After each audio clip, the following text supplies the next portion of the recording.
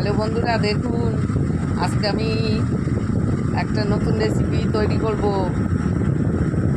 কাঁকড় দিয়ে। হ্যাঁ, চিংড়ি মাছ থাকবে সঙ্গে, দেখবেন আপনারা, ভালো লাগবে। আমি ছিলে কেটে দুভাগ করে নিয়ে আপনাদের দেখাচ্ছি। এবার আমি ছোটো ছোটো করে কাটবো, কেটে তারপরে আবার দেখাবো। হ্যাঁ, ভিডিওটা দেখবেন, ভালো লাগবে। দেখুন বন্ধুরা, আমি চামচ দিয়ে বিচিগুলো দানাগুলো সব তুলে নিয়েছি বেশ সুন্দর করে। এবার আমি ছোটো ছোটো করে টুকরো করে কেটে নেব। দেখুন দেখুন বন্ধুরা, আমার সব সবজিটা কাটা হয়ে গেছে, সঙ্গে কিছু আলু কেটে নিয়েছি। আলু মনে করছিলাম দেবো না, আলু ছাড়া তো আমরা বাঁচি না, বুঝলেন তো। আমাদের হলো আলু হলো প্রিয় জিনিস। আর দুটো টমেটো কেটে নিয়েছি, আর চিংড়ি মাছ ওর পাশে রয়েছে, সেটা আমি পরে দেখাচ্ছি। দেখুন বন্ধুরা, সব কিছু গুছিয়ে নিয়েছি। আমি সামান্য পেঁয়াজ কুচানো নিয়েছি, যেহেতু চিংড়ি মাছটা দেবো তো ওই জন্য একটু পেঁয়াজ কুচানো দিলে তাহলে গন্ধটা লাগবে না। আর টমেটো তো আগে দেখালাম। আর মশলা দেখুন, জিরের গুঁড়ো অল্প নিয়েছি, ধনিয়ার গুঁড়ো নিয়েছি, লবণ নিয়েছি, সামান্য লঙ্কার গুঁড়ো নিয়েছি, হলুদ নিয়েছি। হ্যাঁ, এবার শুরু করি। দেখুন কড়াই একটা বসিয়ে দিয়ে 3টে শুকনো লঙ্কা দিয়েছি। শুকনো লঙ্কা বলতে আমি বাজারতে পাকা লঙ্কা কিনে এনে বাড়িতে শুকিয়ে নিয়েছি। হ্যাঁ, ওই জন্যে কালারটা ওরম হয়েছে। এবার আমি সামান্য জিরে দেবো, জিরেটা একটু ভাজা ভাজা করে নিই। দেখুন এবার আমি পেঁয়াজ কুচিটা দিয়ে দেবো, দিয়ে একটু নাড়াচাড়া করে নিই। আমি না সাউন্ডটা কাটবো না, সাউন্ডটা কেটে দিলে মনে হয় না যে রান্না করছি।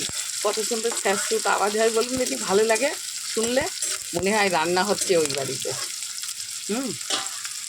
তাই না? আপনারাও দেখবেন একটু বিবেচনা করে, ওইটাই ভালো লাগে, আওয়াজটাই ভালো লাগে। দেখুন এবার আমি চিংড়ি মাছটা দিয়ে দেবো, এর সাথেই আমি ভেজে নেবো চিংড়ি মাছটা।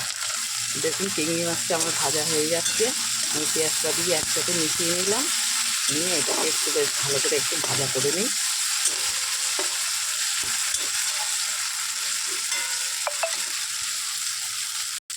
দেখুন এবার আমি আলুটা দিয়ে দিলাম, একটু ওর সাথে নাড়িয়ে চাড়িয়ে নেবো। এবার দেখুন আমি টমেটোটা দিয়ে দেবো, এবার দেখুন আমি মশলাটা দিয়ে দেবো, দিয়ে একটু সামান্য জল দেবো, দিয়ে একটু কষিয়ে নিই। দেখুন আমার কষানোটা হয়ে এসছে।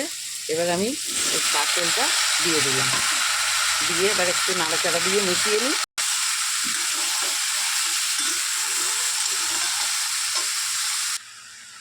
দেখুন বন্ধুরা, প্রায় কষানোটা হয়ে এসছে।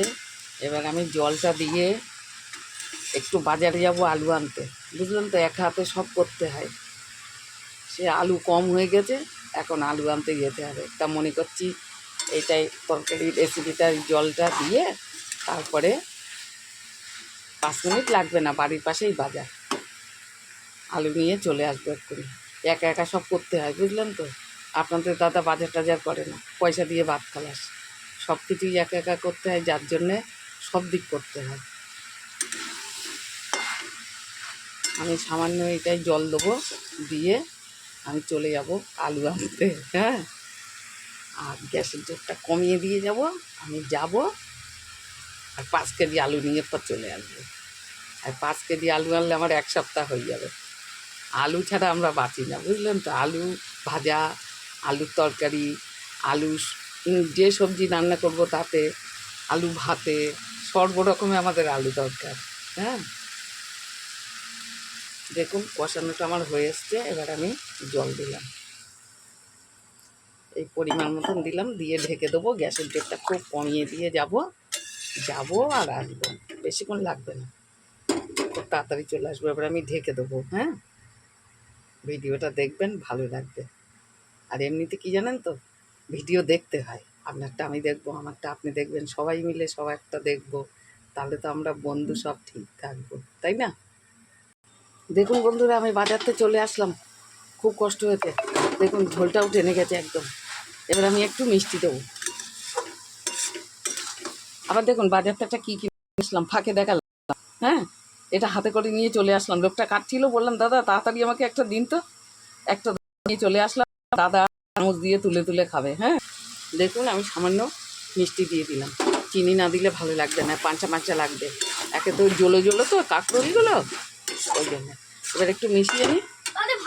দেখুন আমার হয়ে গেছে তরকারিটা। এবার আমি ঢেলে নেবো। এবার আমি গ্যাসটা নিভিয়ে দেবো, ঠান্ডা করে নামিয়ে দেবো। বন্ধুরা আমি নামিয়ে নিয়েছি। ভিডিওটা আপনারা দেখবেন, ভালো লাগবে। তাহলে আমি ভিডিওটা একটু বড় হয়ে যাচ্ছে, ছাড়লাম, টাটা।